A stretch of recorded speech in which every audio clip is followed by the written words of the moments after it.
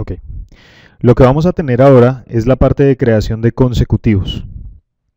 Yo puedo crear un consecutivo para la captura de, fíjense en la parte superior donde están los documentos que se capturan en el módulo de facturación. Yo puedo tener creado un consecutivo para la captura de pedidos, para la captura de facturas, para la captura de remisiones, para la captura de los despachos, para la captura de las cotizaciones y de un concepto que se llaman devoluciones. O sea, cada uno de ellos puede manejar su consecutivo en el sistema. ¿Dónde creo los consecutivos para cada una de esas entidades? En la parte inferior, en el mantenimiento, administración, consecutivos. Ahí creo los consecutivos para cada uno de ellos. ¿Listo? Tal vez en esta base de datos de pruebas ya tenemos creados algunos. Entonces vamos a explicar el concepto de cómo se creó cada uno de ellos. Ahí ya está la cotización, el despacho, la devolución, una resolución de factura X, el pedido y una remisión. Entonces vamos a hacer el ejemplo de cómo creamos por lo menos una de factura. Entonces vamos a darle nuevo. Vamos a crear un código que es la primera columna de la ventana de atrás, donde ustedes ven el código de consecutivo. Eso es lo que ve la persona que captura. Ve un código que identifica o el pedido o la remisión, o si hay varias resoluciones de factura, cada una va a estar identificada con un código que la separa. ¿Listo? Por lo menos, si la facturación se emite toda en Bogotá, tendríamos un consecutivo único de resolución. Pero si llegáramos a facturar por sucursales, cada una debería de manejar o de tener un consecutivo propio, de acuerdo a su resolución y a su numeración de facturas.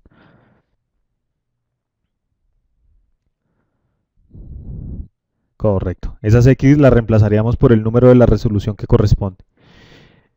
Longitud. El tamaño de nuestro consecutivo de nuestra numeración. Si son 5 dígitos, 6 dígitos, 7 dígitos. Ok. Va pegado al tamaño que nos autorizó la DIAN. Si ella dijo, le autorizo de la 1001 a la 1050, estamos hablando de que el tamaño del consecutivo es de 4. ¿Listo? No el rango de numeración que nos dio, sino el tamaño del consecutivo. Esa es la longitud que tenemos ahí definida. ¿Listo? Enseguida definimos si los 6 caracteres de arriba son solo números o si son alfanuméricos. Combinan letras y números.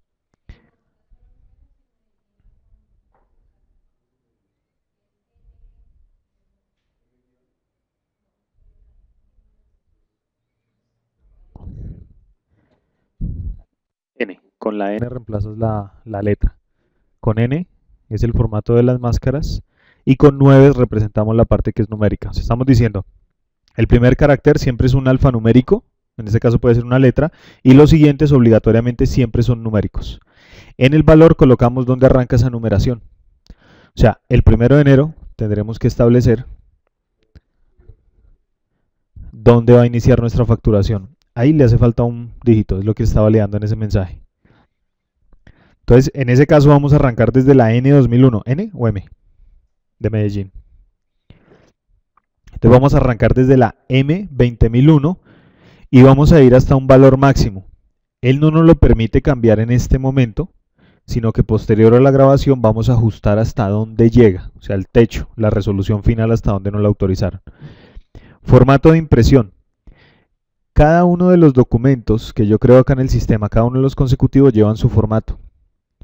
Entonces, no sé si alcanza a ver en la ventana de atrás, donde dice formato de impresión. Entonces, para el de factura, factura.rpt. Para el de la cotización, cotización.rpt. Para el despacho, despacho.rpt. Cada uno le colocó el nombre con la palabra rpt al final. ¿Listo? Exacto. Ese formato va a ser el que direcciona el sistema para hacer la impresión del documento. La cotización, la devolución, la factura. Resolución es un campo que inyectaron hace 2 versiones en el sistema, pero es exclusivo para comercio electrónico. No es la resolución que nosotros manejamos en Colombia con la DIAN. Es la resolución cuando se maneja comercio electrónico. ¿Listo? Entonces, ese campo no es obligatorio en nuestra implementación, no lo vamos a utilizar. Si llegáramos a manejar comercio electrónico a futuro, Entonces, el campo que llenamos en resolución lo tenemos que diligenciar de la parte de facturación, opción administración, tablas resoluciones. Ahí es donde yo creo las resoluciones que van para el comercio electrónico. Que ellas piden unos datos como el email de intercambio, el email donde se guarda, donde se notifica, son datos adicionales de eso. ¿Listo? Entonces, ese campo nosotros lo dejamos en blanco. Ahora, propiedades. Usar esquema de cajas quiere decir que yo tengo un pool de cajas desde donde facturo y varias cajas generan ese mismo o trabajan sobre ese mismo consecutivo, trabajan esa numeración. En el caso de nuestra implementación, no utilizamos ese esquema, no tenemos un punto de venta con un pool de cajas para facturación. Usa despachos, esa opción la llevan los pedidos o las facturas. Cuando yo necesito que en el ciclo, cada vez que yo genere un número de factura, el sistema me genere un despacho.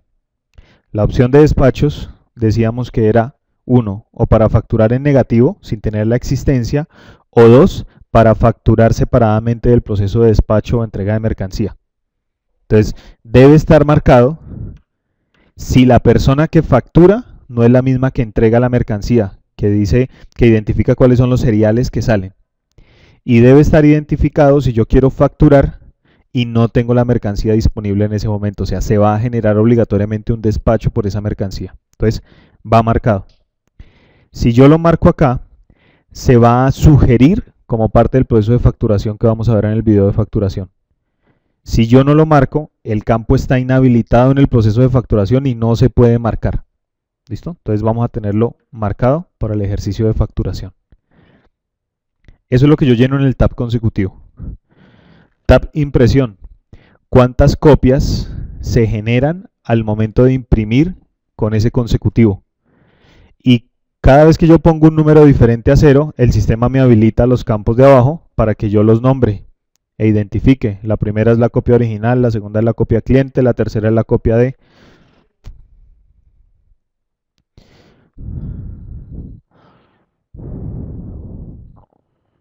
Ok.